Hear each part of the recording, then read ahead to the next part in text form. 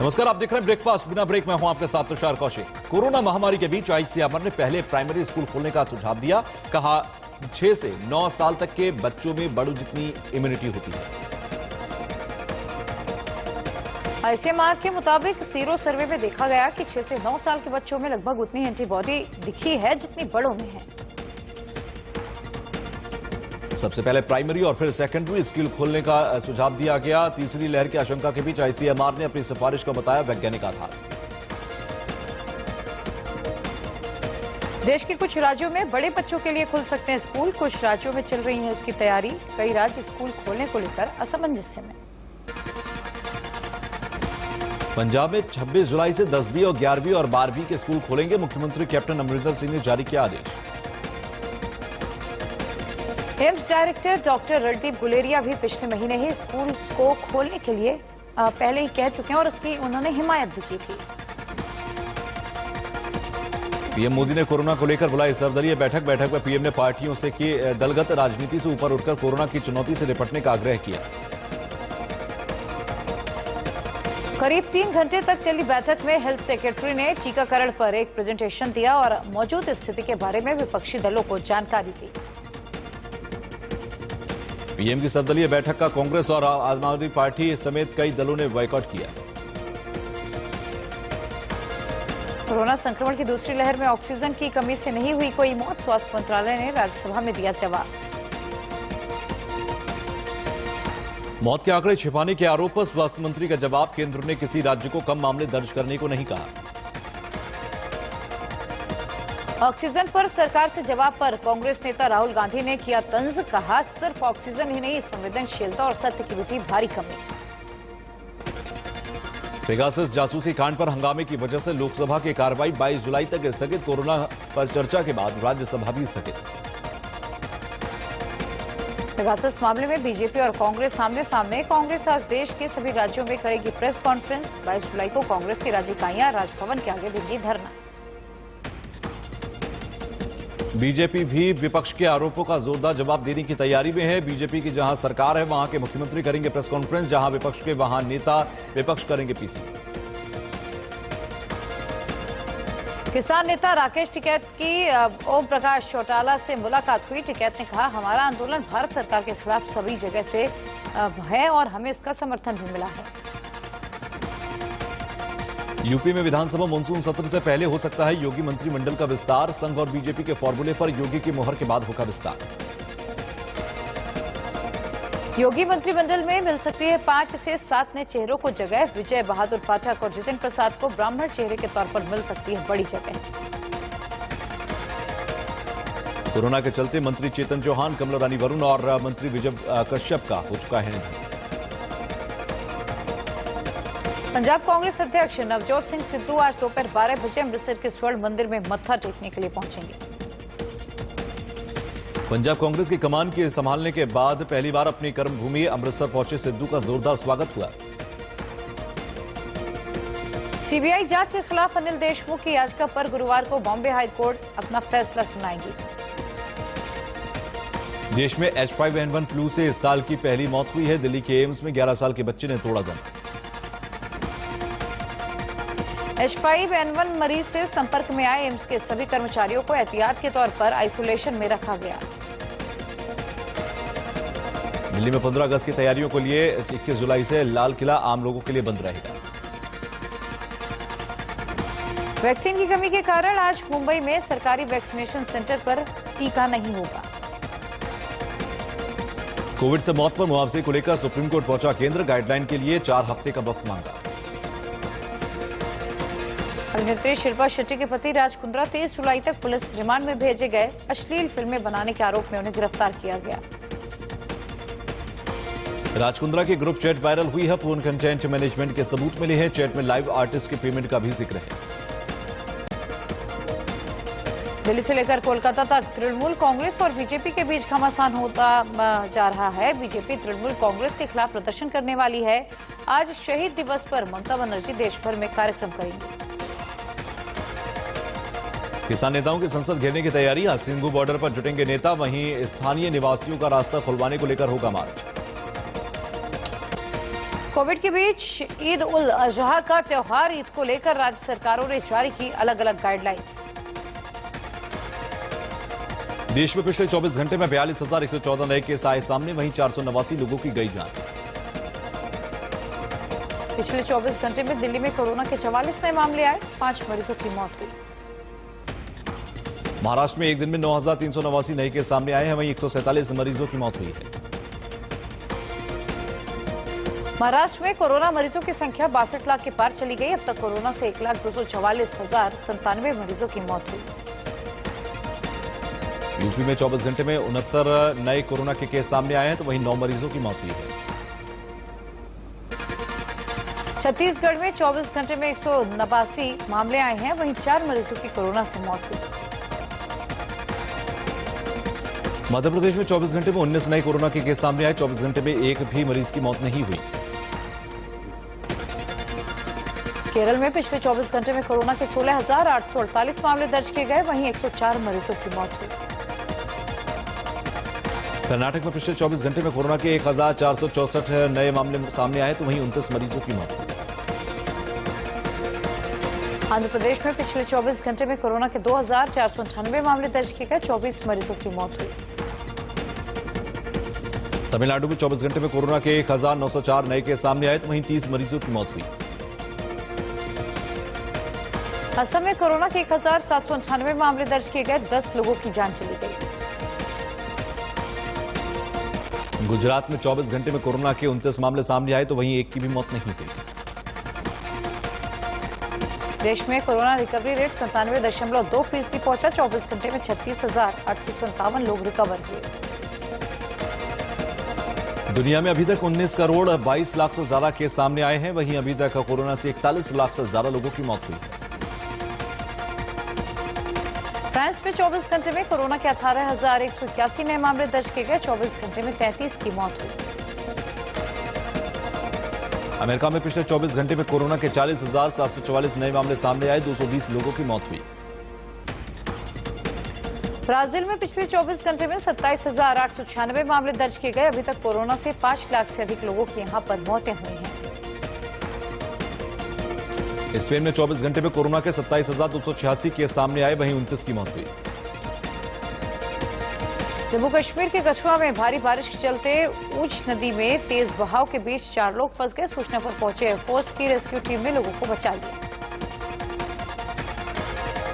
हरियाणा में महेंद्रगढ़ के देवास के अंदर आकाशीय बिजली गिरने से एक मकान की दीवार में दरारें आ गईं। वहीं पीड़ित मकान मालिक ने सरकार और प्रशासन से नुकसान की भरपाई की मांग की। उत्तराखंड के चंपावत में भारी बारिश से लैंडस्लाइड हो गया, जिससे 2 गाड़ियां खाई में जा गिरी। सूचना पर पहुंची रेस्क्यू टीम ने 4 लोगों को सकुशल बचा लिया।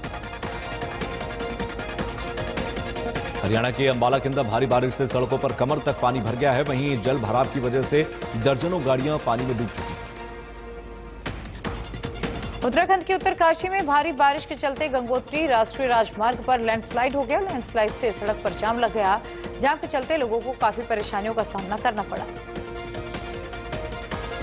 हिमाचल प्रदेश के नागौर के अंदर तेज बारिश ने लोगों का काफी नुकसान किया है। भारी बारिश और पहाड़ों से तेज रफ्तार से गिर रहे मलबे ने 2 घर बहा दिए। यूपी के इटावा में जारी मूसलाधार बारिश शहर के कई इलाकों में मुसीबत का सबब बनी हुई है। भारी बारिश के कारण थाने के अंदर पानी घुस गया। हरियाणा के बहादुरगढ़ में नए बने रेलवे अंडरपास में पानी भर जाने से एक युवक डूब गया है। सूचना पर पहुंचे गोताखोर युवक की तलाश कर रहे हैं। जम्मू कश्मीर के राजौरी में बारिश से नदियां उफान पर। पहाड़ों पर बारिश होने के चलते आने जाने वाले रास्ते ज्यादातर प्रभावित हैं। यूपी के सिद्धार्थनगर में इंसेफेलाइटिस से 3 बच्चों की मौत हो गई। यहां के जिला अस्पताल का बच्चा वार्ड कई बच्चे इस बीमारी से जूझ रहे हैं। पश्चिम बंगाल में दक्षिण विष्णुपुर के रायगंज विधानसभा क्षेत्र में बीजेपी बूथ कमेटी के सदस्य की हत्या कर दी गई। बीजेपी ने टीएमसी पर हत्या का आरोप लगाया है। यूपी के बरसाना में एक पेंट की दुकान में भीषण आग लगी है। आग की चपेट में आने से लाखों रुपए का सामान जलकर राख हो गया। यूपी के ग्रेटर नोएडा में अचानक बिजली के तार में आग लग गई। आग लगने से लोगों में भगदड़ मच गई। लखनऊ में नए ब्लॉक प्रमुखों और क्षेत्र पंचायत सदस्यों को शपथ दिलाई गई। राजधानी लखनऊ के 8 ब्लॉक कार्यालय पर भी नए ब्लॉक प्रमुखों और पंचायत सदस्यों को शपथ दिलाई गई। यूपी में मुरादाबाद के जिला अस्पताल की बड़ी लापरवाही सामने आई, जहां सर्जिकल वार्ड में मरीज की मरहम पट्टी को एक कुत्ता खाता हुआ दिखाई दिया। कानपुर से एक कार चालक की दबंगई का वीडियो सामने आया है, जिसमें एक ट्रक और कार में आपस में टक्कर हो गई। इसके बाद कार के चालक ने जबरन ट्रक के ड्राइवर को कार के बोनेट पर बिठाकर कार दौड़ा दी। कानपुर क्राइम ब्रांच ने 2 शातिर ठगों को गिरफ्तार कर एक ऐसे गिरोह का पर्दाफाश किया जो गरीबों और मजदूरों को लालच देकर उनके नाम पर मोटरसाइकिल फाइनेंस करवाते और फरार हो जाते थे। राजस्थान के जोधपुर के अंदर कार सवार लुटेरों ने सेल्समैन से लूटे 4 लाख रुपए। लूट के बाद आरोपी फरार हो गए। पुलिस आरोपियों की तलाश में जुटी है। उत्तराखंड में उत्तरकाशी के मांडो गांव में अपने ही घर में दबे 75 साल के बुजुर्ग को सुरक्षित निकाल लिया गया है। बुजुर्ग को स्थानीय और पुलिस कर्मियों की मदद से बचाया गया। तो उत्तराखंड के देवप्रयाग में गुलदार ने एक महिला को अपना निवाला बनाया। घटना के बाद इलाके में दहशत बनी हुई है। वन विभाग की टीम ने इलाके में घेराव कर लिया है। बेंगलुरु में विभिन्न मठों के 30 से अधिक संतों ने मुख्यमंत्री बीएस येदियुरप्पा से मुलाकात की और उन्हें अपना समर्थन दिया। गुरुग्राम में पुलिस ने डॉक्टर संतोष महालिंगम को करोड़ों रुपए के फर्जीवाड़े के केस में गिरफ्तार किया। महालिंगम पर फर्जी दस्तावेजों के आधार पर 35 करोड़ के लोन लेने का आरोप है। यूपी के गाजियाबाद में तालाब में डूबने से 2 युवकों की मौत के बाद लोगों का गुस्सा भड़क गया। लोग प्रदर्शन करते हुए दिखाई दिए। तुम्हें हरियाणा के सोनीपत में पुलिस को बड़ी कामयाबी मिली है। पुलिस ने लॉटरी के नाम पर ठगी करने वाले मास्टरमाइंड को गिरफ्तार किया। बिहार के मधुबनी में आरजेडी के नेताओं ने महंगाई के खिलाफ बैलगाड़ी से जुलूस निकाला। इस दौरान बैल के भड़के जाने से विधायक समेत कई नेता बैलगाड़ी में गिर गए। तो एमपी के देवास में पुलिस ने एक लुटेरी दुल्हन का भंडाफोड़ किया। महिला पर आरोप है कि वो शादी का झांसा देकर युवकों से पैसे ऐंठती थी। पंजाब के देहात मतोली गांव में देर रात बारिश के चलते मकान की छत गिर गई। हादसे में घर में रह रहे 4 लोगों की मलबे में दबने से मौत हो गई। तो वहीं फ्रांस सरकार ने पेगासस जासूसी के मामले में जांच शुरू कर दी है। फ्रांस में मोरक्को की खुफिया एजेंसी पर जासूसी करने का आरोप लगा है। पाकिस्तान ने भारत पर जासूसी करने का आरोप लगाया। पाक के आईटी मंत्री फवाद चौधरी ने अंतर्राष्ट्रीय मंचों पर मुद्दा उठाने की धमकी दी। अमेजन के फाउंडर जेफ बेजोस की पहली अंतरिक्ष यात्रा कामयाब हो गई है। जेफ बेजोस अंतरिक्ष की 11 मिनट यात्रा कर धरती पर वापस लौट आए। इराक के बगदाद में हुए बम धमाके में मरने वालों का आंकड़ा 35 पार हो गया। वहीं 60 से ज्यादा लोग जख्मी हैं। अफगानिस्तान के काबुल में नमाज के दौरान राष्ट्रपति भवन के पास रॉकेट दागे गए। नमाज के दौरान राष्ट्रपति अशरफ गनी भी मौजूद थे। हालांकि इस हमले में कोई हताहत नहीं हुआ। चीन ने सबसे तेज चलने वाली मैगलेव ट्रेन की शुरुआत की है, जिसकी रफ्तार 600 किलोमीटर प्रति घंटा बताई जा रही है। Central board of director taxes ने टैक्स पेयर्स के लिए एक बड़ी राहत दी। बोर्ड ने मैनुअल फॉर्मेट सबमिट करने की डेडलाइन 15 अगस्त तक बढ़ा दी है। एशिया डेवलपमेंट बैंक ने वित्त वर्ष 2021-22 में भारत के जीडीपी ग्रोथ के अनुमान को घटाकर 10% बताया। इससे एडीबी ने जीडीपी ग्रोथ का अनुमान 11% रखा। कल शेयर बाजार गिरावट के साथ बंद हुआ। सेंसेक्स 354 अंक लुढ़क कर 52,198 पर पहुंच गया। वहीं निफ्टी 120 अंक गिरकर 15,632 पर बंद हुआ। सोने की कीमत में इजाफा हुआ। सोने के दाम में 253 रुपए प्रति 10 ग्राम की बढ़ोतरी दर्ज की गई। तो वहीं चांदी की कीमत में भी 61 रुपए प्रति किलोग्राम की गिरावट देखी गई। इसके साथ ही बाजार में चांदी की कीमत 65,730 रुपए प्रति किलोग्राम हो गई। भारत ने दूसरी वनडे में श्रीलंका को 3 विकेट से हरा दिया। इसी के साथ भारतीय टीम ने सीरीज पर कब्जा जमा लिया। दीपक चाहर और भुवी के जोड़ी ने 8वें विकेट के लिए 84 रनों की साझेदारी की। दीपक चाहर ने पहला अर्धशतक लगाते हुए शानदार 69 रन बनाए। 276 रन का पीछा करने उतरी भारतीय टीम की शुरुआत बेहद खराब रही। पृथ्वी शॉ 13 और ईशान किशन महज 1 रन बनाकर आउट हुए। वहीं शिखर धवन भी 29 रन बनाकर पवेलियन वापस लौटे। श्रीलंका की ओर से चरित असलांका और आविष्का फर्नांडो ने शानदार अर्धशतक लगाया। असलांका का 65 रन और फर्नांडो का 50 रन की पारी देखी गई। भारतीय टीम ने श्रीलंका के खिलाफ लगातार 10वीं सीरीज जीतकर रिकॉर्ड बनाया। टीम इंडिया के अलावा किसी भी टीम ने श्रीलंका में लगातार इतने मैच नहीं जीते हैं। बांग्लादेश ने तीसरे वनडे में जिम्बाब्वे को 5 विकेट से हराकर 3 मैचों की सीरीज 3-0 से अपने नाम कर ली। राज कुंद्रा की गिरफ्तारी के बाद शिल्पा शेट्टी ने सभी शेड्यूल्स कैंसिल किए। शिल्पा ने अपने सारे प्रमोशन और शो को कुछ दिनों के लिए होल्ड पर रख दिया है। तो सपना चौधरी ने अपने नए गाने पर डांस करते हुए एक वीडियो शेयर किया जो सोशल मीडिया पर तेजी से वायरल हो रहा है। कंगना रनौत ने राज कुंद्रा की गिरफ्तारी के बाद कहा, इसी वजह से मैं फिल्म इंडस्ट्री को गटर कहती हूं। हर चमकती हुई चीज सोना नहीं होती। एक्ट्रेस तापसी पन्नू इस साल बैक टू बैक कई फिल्मों में नजर आने वाली हैं। उन्होंने अपनी आगामी फिल्म ब्लर की शूटिंग शुरू कर दी है। कटरीना और फवाद खान की रुकी है फिल्म रात बाकी में अब यामी गौतम और प्रतीक गांधी लीड रोल प्ले करेंगे। आदित्य धर इसे प्रोड्यूस करेंगे।